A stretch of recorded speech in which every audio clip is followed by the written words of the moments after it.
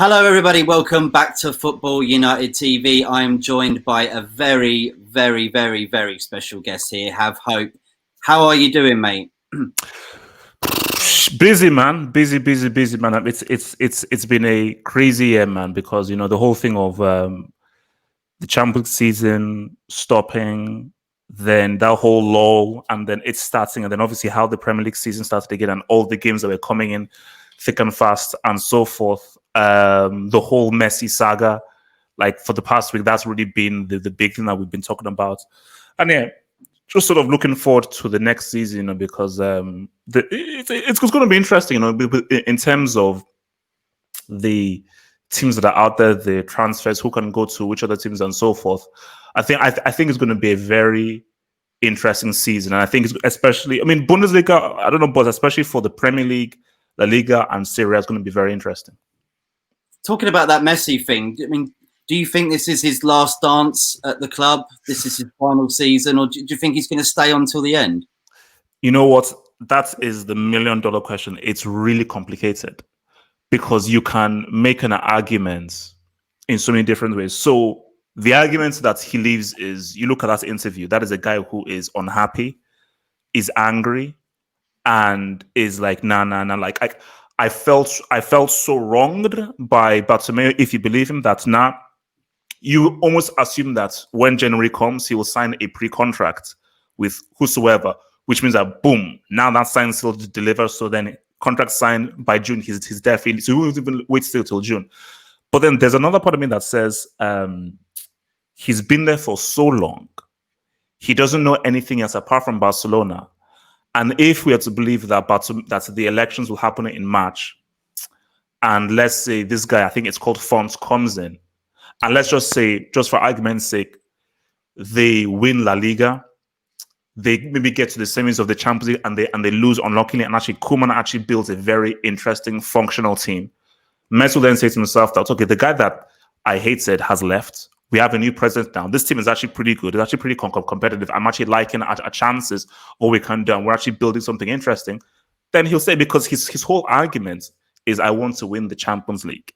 And the team that we have isn't strong enough to win the Champions League. So, and I think for me, La Liga is cool, but the plan is to always say, look, I've got maybe 3-4 years at the top, and I want to at least win one more Champions League before I go. Hence why, like, let me now move to a team that is already ready-made, and all they need is just the icing on the cake, which is me.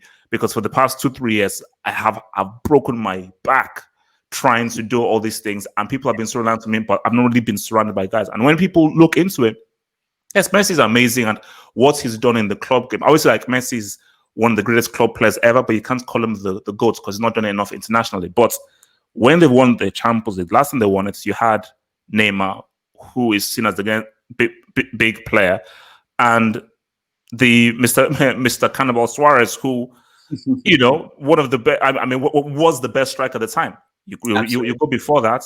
I always say David Villa is one of the most underrated strikers of his generation, and they had Xavi, who puts forth one of the best midfield performances in that second half against United. And then you then rewind to 2009.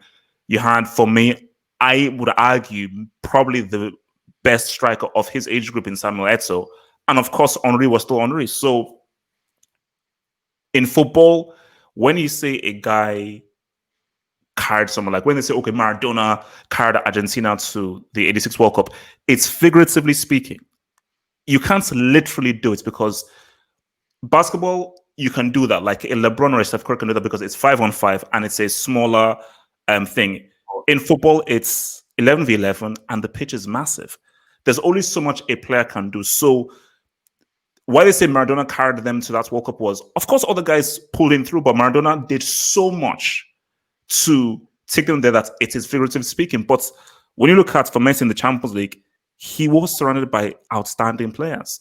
So Messi has now realized that, no, I can't do this on my own. I need top-tier, high-caliber players for me to win the Champions League. So looking at Diego Maradona and Messi, and you see how Diego Maradona brought Napoli to win the Scudetto, that's a pretty big achievement. How would you reflect on that between Barcelona and Napoli, Diego Maradona and Messi? Do you think it's the equivalent, or do you think they're different on what they've done in their careers? Oh no, basically that is why I hold Maradona as the greatest player of all time. You know, I never really saw Pele play and so forth. I've always said like the best player I've ever seen for me was Brazilian Ronaldo, R9. That's just the best player I've ever seen, and because I saw it and I was alive seeing it, and always for younger people I speak to, that if you never lived through what Ronaldo was doing, you didn't know what he was about. That's why it's called phenomenon. Maradona is the greatest because, yeah, the World Cup is one thing. That was huge. What he did for Napoli, for me, that supersedes any Champions League that Messi has won. Because Napoli have only won 2 Scudettos in their entire history. And this man came in and literally inspired a team to win the Scudetto during a time when the Serie A was one of the best leagues in the world, and where I think Juventus had Platini, Milan, I think they had Van Basten and all of these. So this is when Milan and Juventus were massive. Yeah. This is when these guys were huge. So for him to do that at that time, it's an insane achievement. And for me, that is the definition of greatness. Greatness for me is degree of difficulty. See, people, I think the younger generation, they view greatness as numbers and consistencies. Oh, if you're consistent, that's greatness. Cool, but my definition of greatness is degree of difficulty. Things aren't going well, but you somehow are successful when all the odds are against you. All the odds were against Napoli. Like, they had no business winning the Scudetto. In that time, people say, oh, well, Napoli still had very good players. Then I said, okay, take Maradona out of that Napoli team. Did they win the league? Heck no. No, they're still a good team, but no, they don't. Maradona was the lightning rod that really gave them the full inspiration to do what they did. So that's Napoli achievement. It's, when you really think about it, it's an insane achievement. And that was just why Maradona was special, because, see, for me, Maradona represents everything about football: the skill, the ability, but also the character, the emotion, the passion, and the mentality, because all those things is what makes football amazing. It's not just the physical, it's the desire, the passion, the mentality, the character. And that is just why, for me, Maradona is the greatest of all time. Yeah, I you know what, I agree that too. And there's a lot of debate going on about Pele and Maradona, but I don't think there's anything near the two of them. Do you know what I mean? It's very different. And the fact that Maradona had to pretty much lift up a whole city, didn't he? You know what I mean, with what he did, and the fact that he was. Go on, say it. no, because I mean, I agree with you that for me, I always say Maradona over Pele, but because I was actually having a discussion about this when I was just doing a live show yesterday. The thing about Pele is this, and this is what, because I've kept on saying, I've looked at this guy, nothing is impressive. I've seen this stuff before, but then I said, okay, wait, let me take a step back and just look at this logically. It's not impressive in 2020 or 2015, but this guy was doing things that nobody had ever seen before. So if you're a defender and a guy is doing a step over and you've never seen a step over before, you're like, what the heck? Or if you're seeing an overhead kick and nobody had ever done an overhead kick before, you're like, what the heck? So the reason, because I say, why do all these guys who are like, let's say 60 to 70 say, nope, no debate, Pele's the greatest player of all time? Because when they saw it, they remember the emotions they felt when they saw a 16, 17, 18-year-old doing things that nobody in the world had ever seen. So that has a profound effect upon you. So it's impossible for us of our generation to understand what those guys felt when they saw him do those things at that time. Similar to how I feel when I was watching Ronaldo, that it was like, geez, this is a superhero. You know, this is why it was called the phenomenon. So that is my argument for it, that guys of our generation will never understand those older guys because of their emotions at the time watching Pele. Yeah, and obviously I wasn't around when Pele was born, but I also remember, especially my elders, talking about Garrincha as well, the fact that he was sort of dropped out from the debate whether he was like as good as Pele.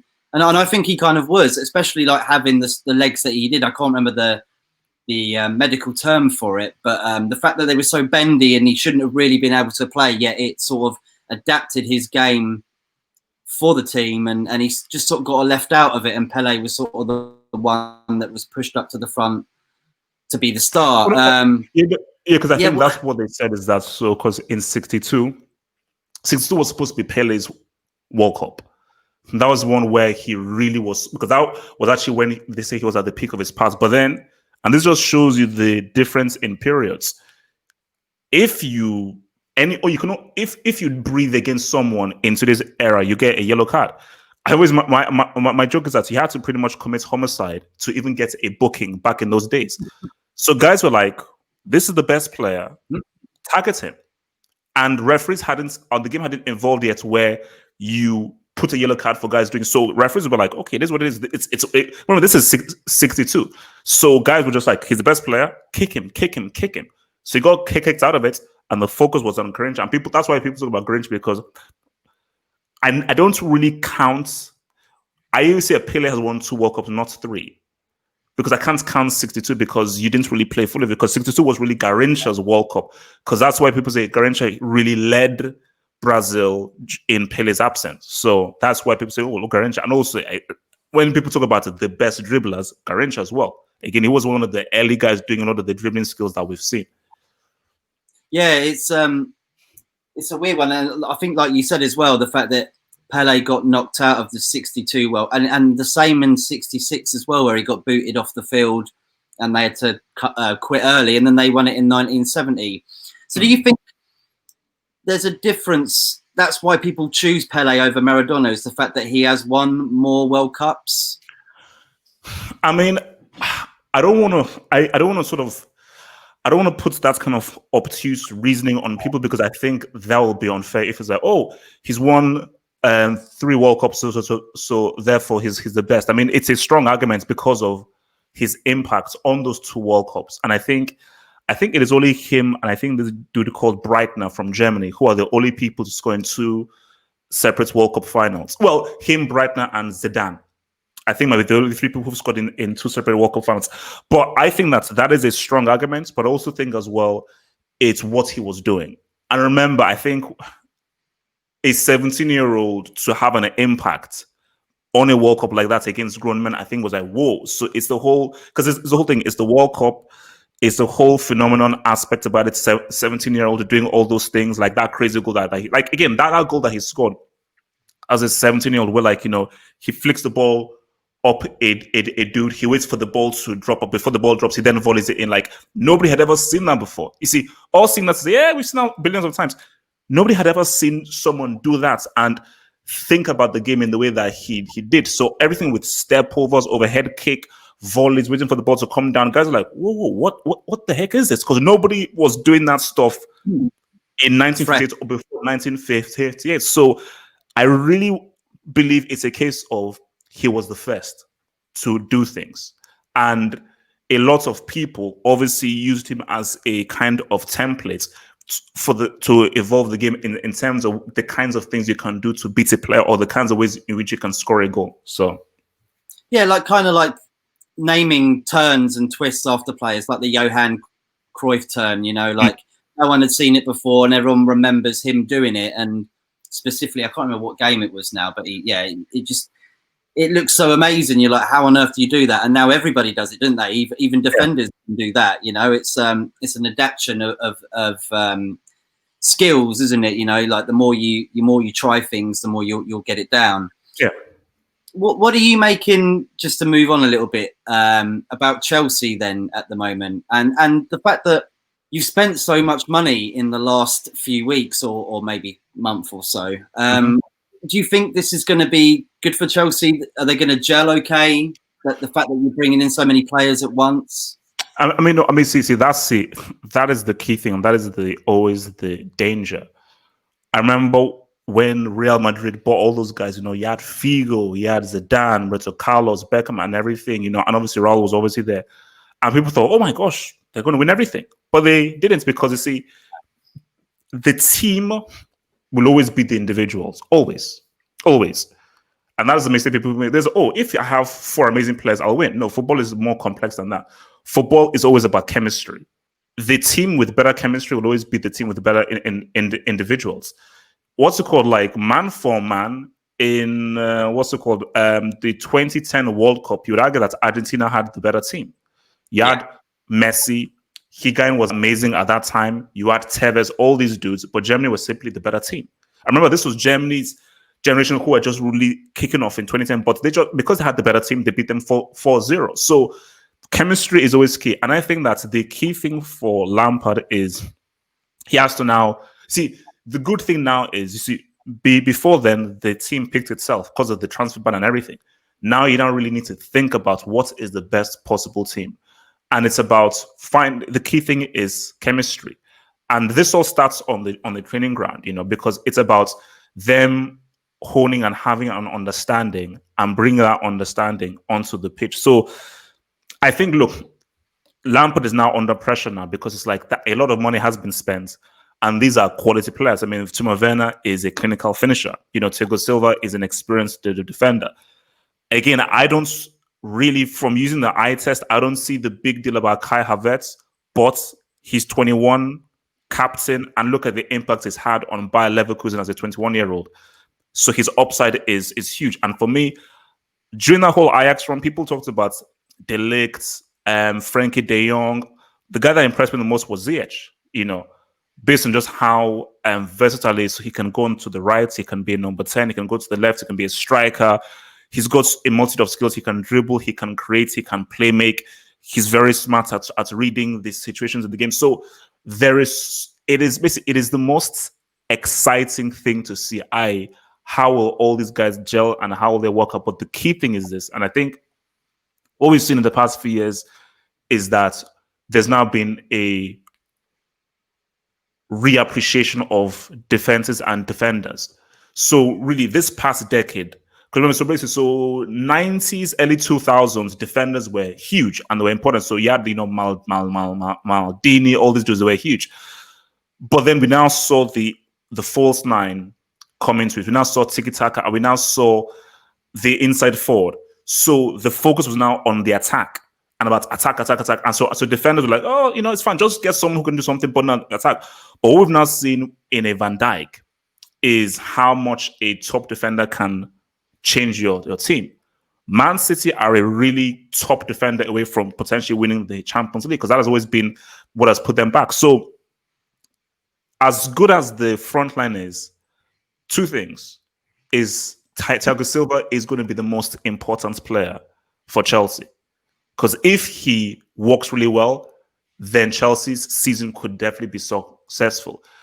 And Lampard as well, because it's not just about your defensive personnel, it is about them being coached.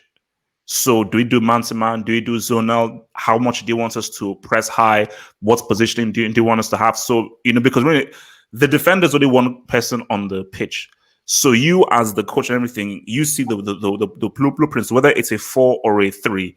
You're telling that's how the 4 and 3 are going to operate. Because me, as one defender, I can't control how my 2 or 3 other guys are going to roll.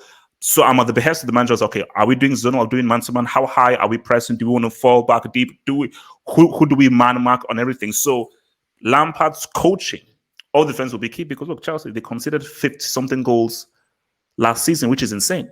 Yeah, you came fourth, but the amount of goals they conceded is absolutely insane. So what is going to be important is how good the defense will be, because I believe the team are going to score goals, because they scored goals before Ziyech, Havertz, and Werner.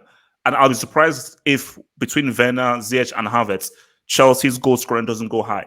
So what is going to be key is that the goals are going to come.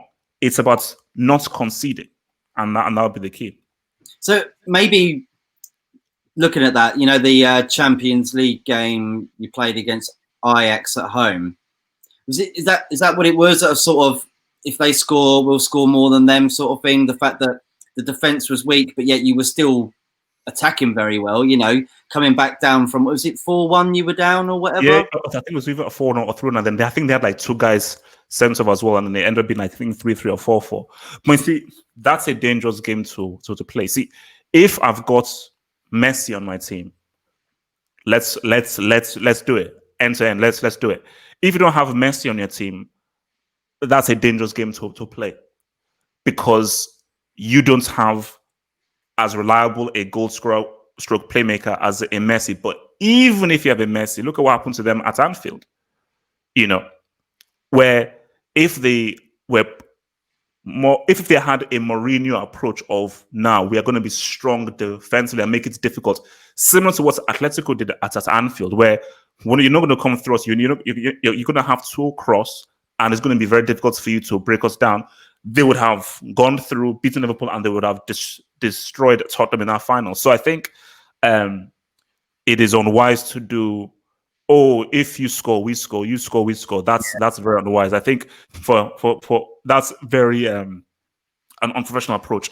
So the most important thing is, because I think, the thing with defenders is the older you are, the more important it is. I think Cannavaro must have been 33 or 34 in 06 when he won the Ballon d'Or. So, because see, the thing about a central defender is it's not about your speed, it's about your intelligence.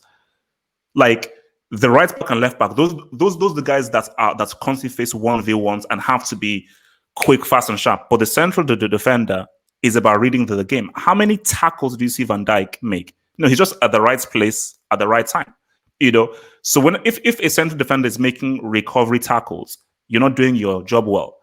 A great defender, Maldini, you almost don't even notice him defending because it's like, boom, I'm there. The ball is coming through. Boom. They read the game very well, don't they? Reading the game where, like, I know where that pass is going to go and I know where the strike is going to be. So almost as like, so let's say like the ball is going to go here. I'm not going to stand there as a defender because then the guy will just move. But while I'm here is like, I know the ball is going to here, but I'm going to stand here. So as soon as the pass is made, I quickly anticipate. Yeah. And I joke. So that's the whole thing about defending of like, I know the ball is going to go there. I'm going to be there. As fast as make, boom, I go there, intercepted, you're out. So because the striker hasn't thought as quickly as I've done. And for Thiago Silva, even if he's 35, if his reading of the game is high, he doesn't need to overexert himself. Well, I think it was De Boer who said it, because Frank De Boer said that, being like a great defender is about doing 5 things in 3 steps. So that's the thing. It's as long as you read the game well, age isn't an issue. Well, yeah, you should always be in the middle of someone with the ball looking for other players, and then it puts both of them off, and then they move different locations as well, and then it messes up their tactics of what they want to do. So yeah, I completely agree with that 100%. What do you have about the keeper situation as well at Chelsea? I know you said that you possibly wanted Oblak from Atletico in, and I know there's talk of the Rennes keeper coming in and some other people that you might add into it. What do you make of this situation? Yeah, no, for me, I think that is right now the should be priority number 1 before September 14th against Brighton is a top keeper. I don't know what happened with the whole Kepa thing, because he seems to be really good where he wasn't at Spain, but came through and the guy just been horrible, man. Total break. And Caballero again as well, not working. So because Chelsea are thinking of getting this dude Mendy from the French league. Onana has been on the radar. You see, that's what I say. I was always say, if I'm choosing Oblak, my gosh, if it's Oblak, then it's fine. Just that I don't see a scenario where Atletico sell their best player. That is genuinely like their best player. But maybe Oblak is thinking that he wants to make a move, and maybe Chelsea is an exciting project for him to go up on, especially in the manner in which there are lots of things. Remember, okay, new country, new team, new young team, exciting team, attacking team, and so forth. Let me go through. And I think, you see, I would think that as a keeper, you'd be interested in playing in an attacking team. Because at Atletico, you're not going to be facing those many shots because they're so good defensively.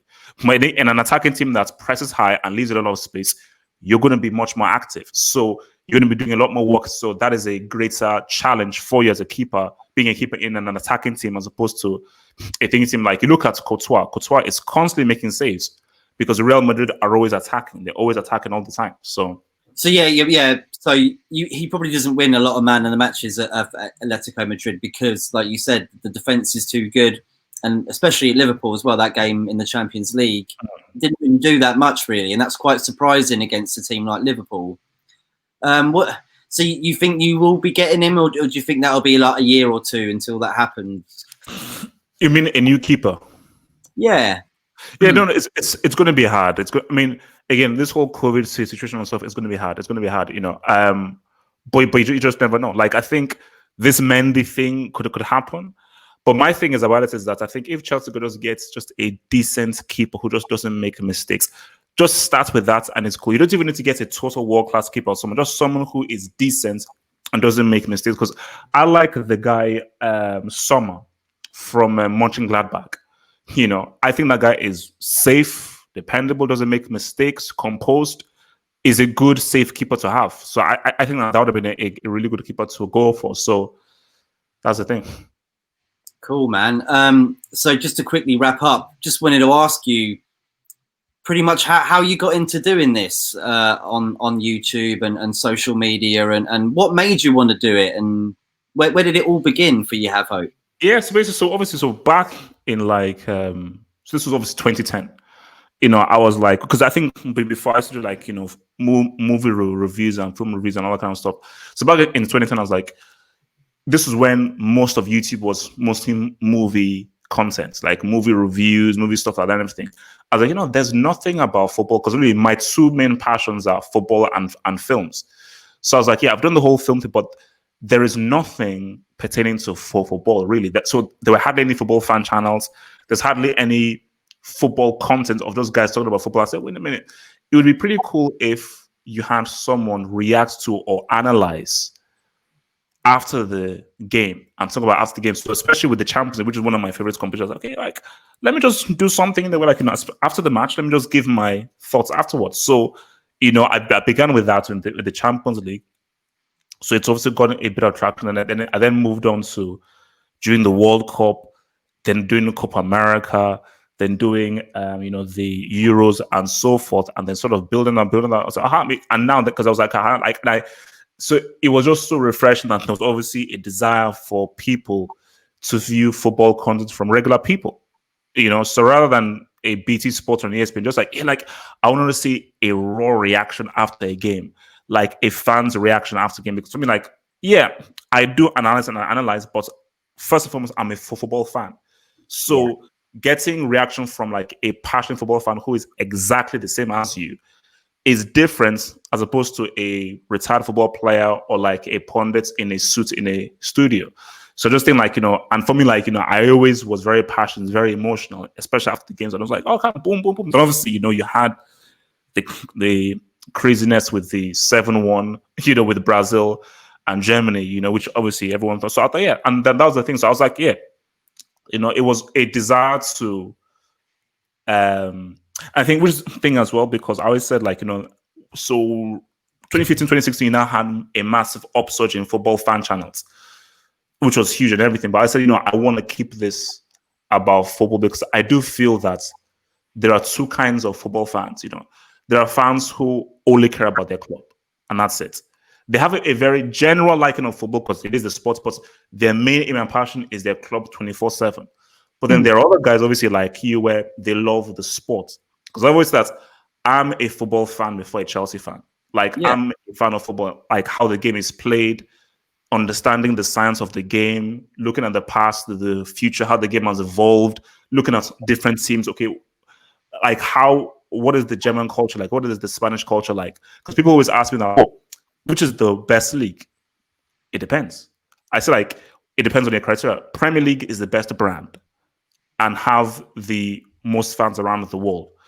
Bundesliga is the best league for young players because they really, really encourage young players to play in the first team. So if you're young, Bundesliga is great to go to. Syria is the best tactical league. So you will be like a scholar in knowing the tactical side of the game in and out and how to manage a game really well. And La Liga, top to bottom, is technically the best league. So even if you go down to a bottom team, they know how to play well. Like even when we looked at Espanyol, who got relegated, they play really well. So everybody on the ball is very confident on the ball, and the ball never leaves to the ground, and it's very nice, intricate. So it always depends on your criteria, and that's why I always implore people that try and watch different leagues, because the approach to the games is different, and the culture and everything to the games are different in all those leagues. So, what is your favourite league then, Have Hope? Just before we finish up. For me, it depends. It depends. If I'm looking for excitement and storylines, it's the Premier League. I think when you're just thinking about the fans and so forth, and just the intrigue and the narratives, it's the Premier League. Bundesliga, I like it in terms of just the young players and the youth and just how open it is. And I think Bundesliga have very exciting games. You know, the games in the Bundesliga. So Premier League have some boring games, but it's exciting because of the fans and the narrative. Bundesliga generally have very exciting games. Syria, I think with Syria is that it's sort of nostalgic, because that was my favorite league growing up. So when I look at Syria, I just, I like it because of like what I remember it used to be, and I like the tactical side of it. And La Liga is good because the football played is very good. The quality of football in La Liga is very good in terms of just how positive and how progressive all the teams are, and just how good they are on the ball. Because I like technique. So whenever a player has good technique, I really appreciate it. And the technical level all throughout La Liga is always very good. So Have Hope, thank you so much for joining us today. It's meant so much to me in the channel, and we had a Chelsea fan as well called Prime who wanted to come on, but he's working till 8. He's a hard-working university lad. Hopefully we'll get him on sometime with you, and maybe. No, I'll be more than happy to do this again, man. This was fun. This was fun. Brilliant, mate. Do you want to shout out your YouTube? Yeah, man. So look, you can obviously, if you just, it's the simplest thing. If you just head to the website halfhopefootballhot.com, or you just go into Google, just Google Half Hope Football Hot, head to the website. But I think even if you Google Half Hope, you will see my Twitter feed, Instagram feed, and obviously you'll see the website halfhopefootballhot.com, and that's where you can reach me via Instagram, Twitter, email, and everything all through the website. Brilliant. Thank you, Have Hope, so much. And thank you, everybody, for tuning in. We're Football United TV, YouTube, Instagram, and Twitter. Go check us out. Go check out Have Hope too. We're a big fan of you, mate, and we always watch out for you. And we loved the vlog you did last night. That was very funny indeed. I think it was live. Yeah, it was. Yeah. We were laughing a little bit. Goalkeeper talk. It was quite funny, mate. All right, man. Cool, man. All right. Peace. Cool. Take